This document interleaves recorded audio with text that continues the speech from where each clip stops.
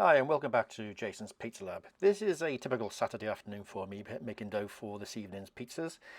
Here you can see I've got dough that's just come out of my proving box at 4 degrees. You can see it's quite airy on the bottom. This is a lovely well-proven dough. It's been in the fridge for 3 days. Falls out of the box, perfectly clean. There's a bit of condensation which I clean up. So this is a 1.6 kilo batch. And what you see now is me chopping this up into 270-gram balls. There's going to be 6 pizzas made tonight, so 270 a piece, and this is me just prepping all the dough, weighing it all out.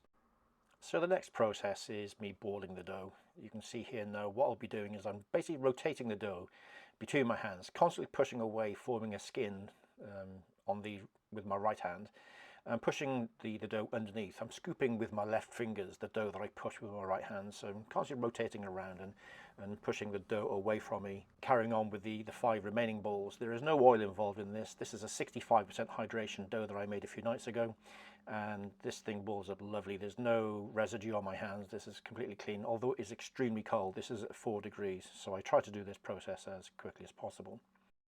So there you go, guys. That's the whole balling process complete. If you'd like this content, please like, share, subscribe, do what you do.